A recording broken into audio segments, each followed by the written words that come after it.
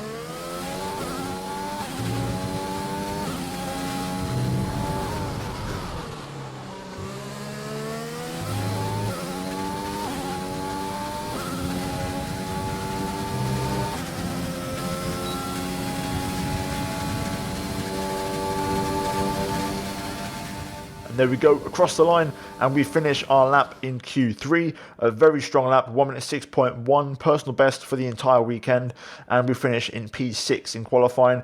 We just got pipped by Charles Leclerc there. The gap was pretty close between us. I think I probably could have beaten Charles there, but yeah, a pretty decent session. Hamilton on pole, Bottas second, Verstappen third ahead of Sainz, Leclerc. We finish in P6 ahead of Gasly, Vettel, Albon and Perez, and I'm going to say that was a very strong session for us, and the car was working really well. We're now going to see if we can try and carry that momentum into the race as we jump into the penultimate round of the season here at Interlagos for the Brazilian Grand Prix. Formula One returns to Sao Paulo once again with the stage set for what promises to be another classic Brazilian Grand Prix.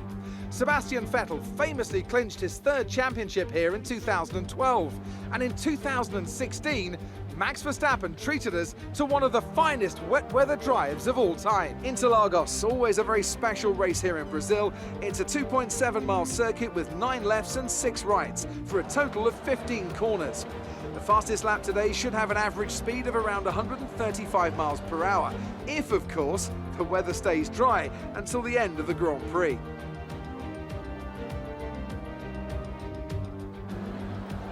And I'm joined once again by Anthony Davidson to bring you the lowdown for today's race. Now, let's kick off our conversation with Alexander Albon. Looks like they've got a tough race in store today, as grid penalties from changing power unit components has forced them further down the field. But on the bright side, at least those fresh components can help them maintain the power they need to come through the pack.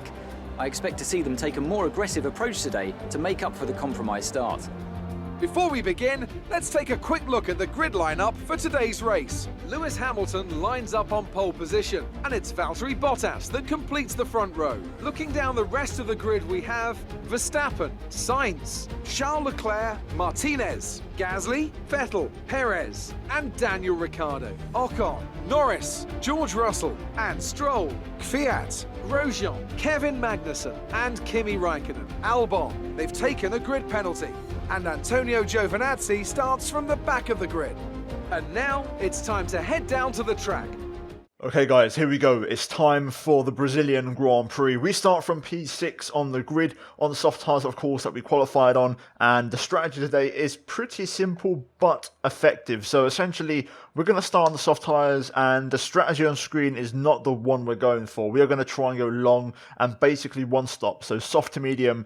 Pretty much that's it to the finish. We're not going to use the hard tyre because it's not a very good race tyre around here. That's my kind of, tip of advice for you guys in this race. Don't use a hard tyre at Brazil. It's not fast, and try and stick to softs and mediums. And the one stop is the way to go. There might be a lot of AI cars who might two stop it. So dare I say, I fancy us for at least a podium this race. I think we could definitely achieve that. I think there will be pace in the car for it. In terms of the weather forecast, it's looking pretty decent. No rain expected. And fuel wise, I've fueled for one extra lap. So I'm looking forward to it. The overcut is going to be key. So those final laps on the soft tyres are going to be really, really important. So until that phase, I'm going to try and save my tyres a little bit to leave a little bit of something in reserve for that phase of the race. I'm going to try and also manage my ERS as well to try and save it for that part of the race. But anyway, enough waffling. Let's jump into it and let's see if we can try and make it yet another strong result this season here at Brazil.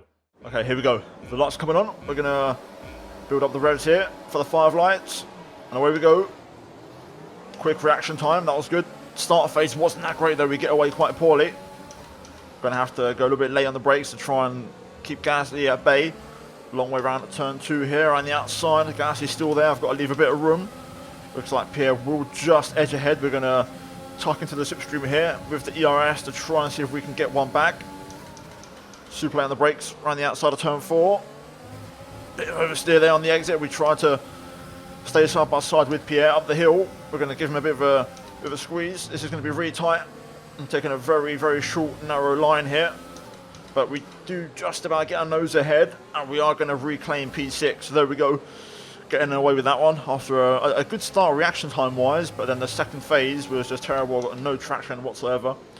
But luckily we held on, and we're still P6. I've drained most of my ERS on this lap, so I'm not going to have a lot. So I'm going to save the rest for when we go up the hill.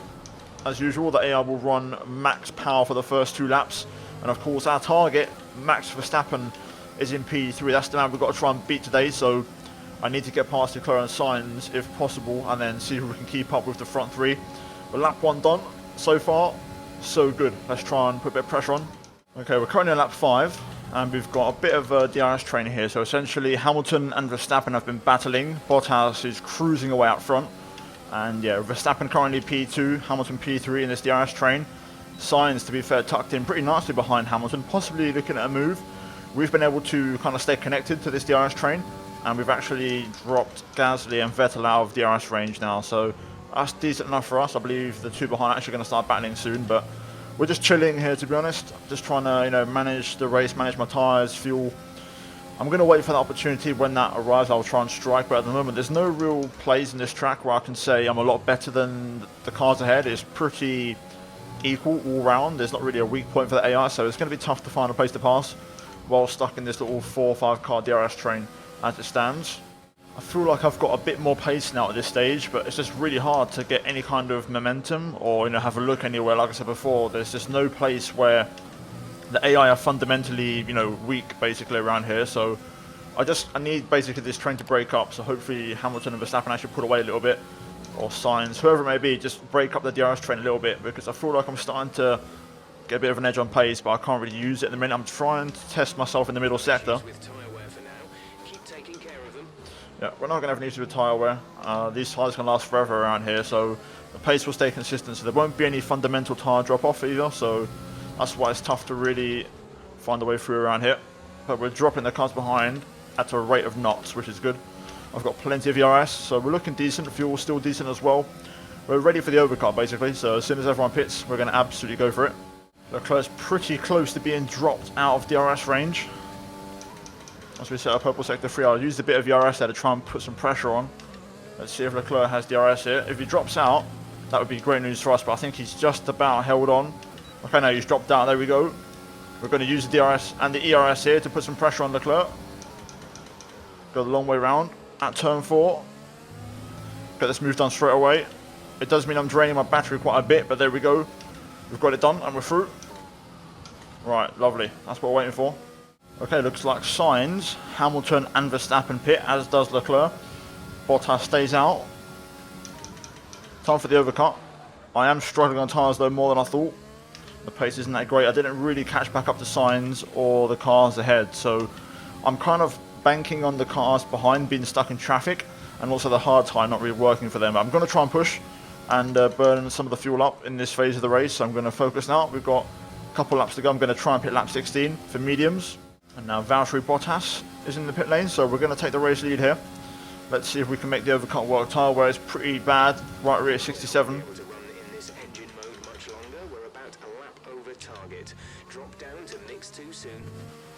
I may have to pit this lap. The right rear is looking a bit too knackered, so we may have to call it this lap, to be honest.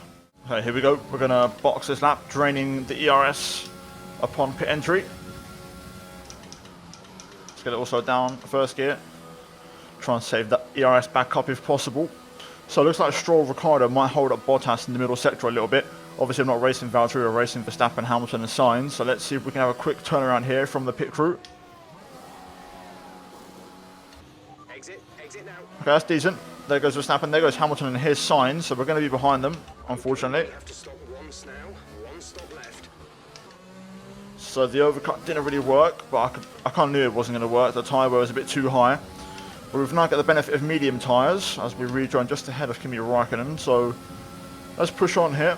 See if we can make his tyres work. Sainz has dropped out of the DRS range of Verstappen and Hamilton, so that'll make the overtake a lot easier for us.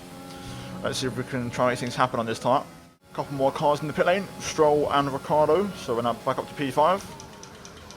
Meanwhile, I'm just about gonna get DRS on Sainz. Oh, I'll say that, jinxed myself there. I thought I was going to get DRS, but unfortunately that mistake just cost me there. Okay, we've got DRS on Carlos Sainz here. Using a bit of overtake early on just to kind of get a bit of acceleration. It feels like Carlos is running a pretty high engine mode right now, so we're not really making much of a difference on the straight. Personal best. Purple sector 3. Let's see if we can avoid the same mistake as last lap and try and get a better run through here, which I haven't really done in fairness. Can we get close enough here down towards turn 4? No, we can't. I can tell Sainz is running a high engine mode. He's pretty speedy on the straights, so we're going to have to wait a little bit longer here. But the pace is with us. I wonder if we can get him into this section here. I'm going to try a little something different. Using the grip of these tyres. No, maybe not. I was hoping to maybe outbrake him into this corner, but we weren't close enough. All right, now we should be good to get him through here. Taking the nice wide line. Easy does it. Hopefully I won't have to use too much ERS for this one. You can tell though, if I let go of the ERS button, the Sainz just pulls away from us, so I need to use a bit of it as we go to the outside. This should be a new personal best. And there we go, we're through. Just pulling over a little bit early to cover off the inside in case Carlos wants to re-send it up the inside. But there we go, we're P4 now. Verstappen up next, he's been overtaken by Hamilton, which is great for us, so let's try and go into the back of him. Oh. Full course caution. The safety car is out. Keep an eye on the delta. We need to keep it positive to avoid a penalty. Well, there we go then. Maintain positive delta. There's the standard safety car we seem to get in every race at the minute. My game's definitely glitched out. I get it in every race. But it's been a bug now for the last 2 years, pretty much. You either have loads or you have none. Anyway, P4, mediums. Tyres are not that worn, so we should be okay. That's going to help us just get these tyres to the end. I'm going to take it very easy during the safety car period, just to add no more tyre wear. The tyres will go quite cold, but then I'll just warm them up at the last minute. Safety car in this lap, so we're going to go for some last minute tyre warm up here.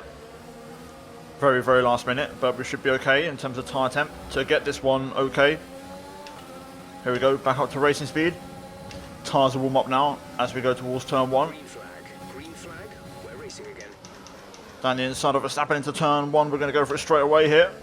Strike while the iron's hot. Tyres are freezing, not warm enough. I thought they would have been, but okay, they're okay now, so we should be fine.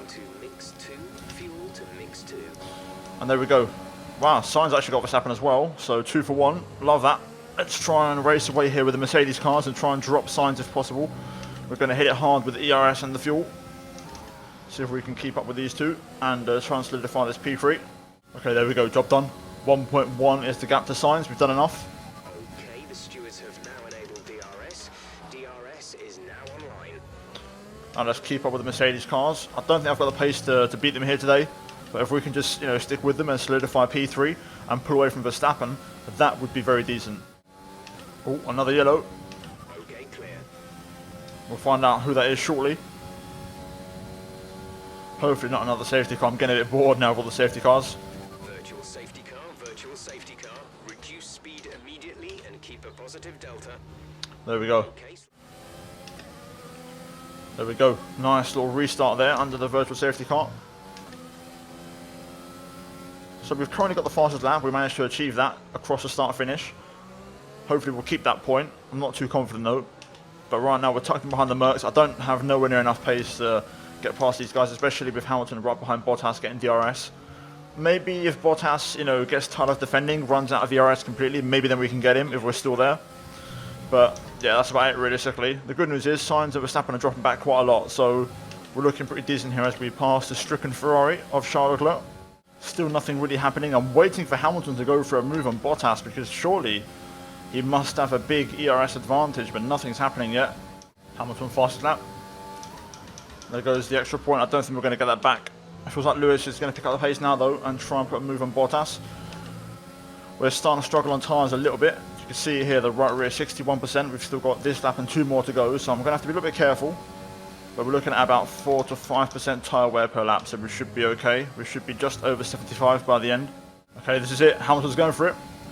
It's taken until the last lap, but Lewis finally goes for it. Bottas has got nothing to respond with. Let's see if Bottas is vulnerable. We might be able to pick him up here, possibly. But my rear tyres are fading. I'm all over the place. Bottas has DRS. You can see he's got no straight line speed here, so I'm going to bear that in mind. Maybe for the run up the hill, possibly on this at the end of this lap. Oh my god, I'm really struggling though. Tyres 69%, so we should be okay. I'll have just about enough ERS to try it, but I need to have a perfect run. Just can't get close enough. My tyres are finished. We'll drain the battery here and hope for a miracle. Bottas is out of ERS, to be fair. This could be an opportunity for us. Here we go, on the run to the line. Hamilton's going to win. We're going to try, but not quite close enough. But still P3. I'll take that. Top job, my friend, top job. I was a bit worried about this one at the start of the weekend, but you've pulled through. Thank you.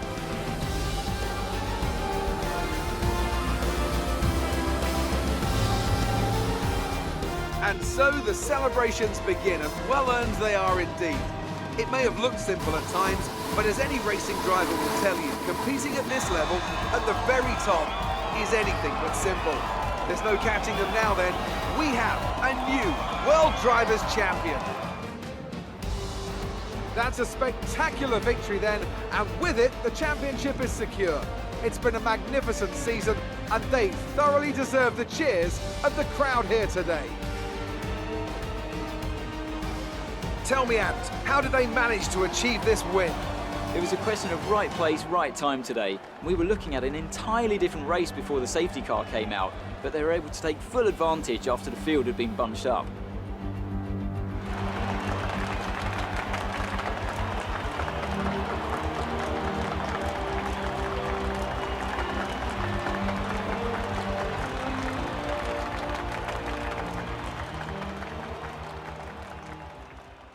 Well guys, there we go. We have a new world champion, of course, Hamilton winning once again, and this is technically 2020, so this would be his 7th world championship. He picks up the win and the fastest lap in style here today by doing it on the very last lap of the race. Bottas gets P2 ahead of us and we finish yet again on the podium, and the good news is Verstappen finishes P5, so he wasn't even behind us, so the overtake on the safety car restart was absolutely critical for us to get that result here today. Gasly, Vettel, Perez, Ocon and Ricciardo round out the point scorers, with Norris missing out along with Albon, Kvyat, Raikkonen, Russell, Grosjean, Magnussen, Giovinazzi and then Leclerc and Stroll out of the race. So we look at the driver standings, and heading into the last race of the season, we take a 1-point lead over Verstappen in the battle for 3rd place. So realistically, it's probably not going to happen, but I'm going to try and give him my best shot in Abu Dhabi. Hamilton now confirmed as world champion as Sainz makes his way into the top 10. And we look at the constructors, and we are 3rd, and it's looking pretty likely we will finish there at the end of Abu Dhabi. So a really good day in the office here today, some massive points, and we're looking good for a 3rd place in the constructors, which means some big prize money and some big investment heading into next year. So I'm looking forward to that. But guys, that is it for Brazil. We're now going to move into the menu and put more upgrades onto the car once again for next season. So let's jump into it. You gained a lot of positions during the race, didn't you? Yeah, we did, to be fair. I think the car had a good balance today. I don't think we were super quick, but the strategy really helped. And, you know, the car was really balanced. I really enjoyed it, and that really helps, especially, you know, with the downfalls around here. It's safe to say you're smashing everyone's expectations, isn't it? Yeah, well, we've worked hard this year, and ultimately, you know, F1 is a team sport, and that's what it's all about. Great. Well, that's everything. Now then, after the race, we gain a little bit more driver acclaim. Of course, we're not currently in a rivalry as we won that last time out against Charles Leclerc, and we probably won't have a rivalry now until the first race of the next season. So let's jump into the laptop. Well, we have 10 days until the next race and the final race of Season 1 in Abu Dhabi. We've got a general durability upgrade arriving on that same day as well, which is great heading into next year. But we're going to go ahead and protect some more upgrades of our own. So, first of all, the chassis, we're going to go ahead and protect a little minor one here. We're going to get that sorted out. We then move back to the aero, and you can see we've got one more major one to protect. So we're going to go ahead and cover that one off as well. And now pretty much all we've got left is minor upgrades. So we're going to go ahead and protect this one here as well, and that will leave us with 4 upgrades on the aerodynamics to protect and 4 on the chassis to protect as well. So pretty decent. I'm going to do a couple more, but first of all we're going to skip ahead and get those weekly resource points on the 23rd, and then we'll go ahead and protect more upgrades. Now, you may have noticed as well on the calendar we had a quality control level 2 upgrade planned, and that has now arrived. So pretty much all 4 of our departments are level 4 on quality control, which is really cool. So big fan of that. It's going to really help us out in terms of having less failures when it comes to upgrades. We've got 444 R&D points, so we're going to go ahead and purchase another upgrade. We're going to jump into the aero this time. Again, we're going to go to the front of the car here, and we're going to protect that upgrade as well. And that will leave us with 3 upgrades on the aero and 4 on the chassis, possibly 5 if you include the failed upgrade. And hopefully we'll be able to cover those, you know, during the next race / off season. But guys, that is it for today's episode. The next race will be Abu Dhabi, the finale of Season 1. Hopefully you will tune in for that one, because we can finish 3rd in the drivers and constructor standings in that episode. So hopefully you look forward to that. If you enjoyed this episode, then leave a like on it, subscribe for more daily F1 content, and as always, thank you to the members of the channel for supporting the videos. It really means a lot to me. Finally, check out the 2 videos on screen if you have missed them, guys, and I'll see you next time for Abu Dhabi. Until then, take care, and it's goodbye from me.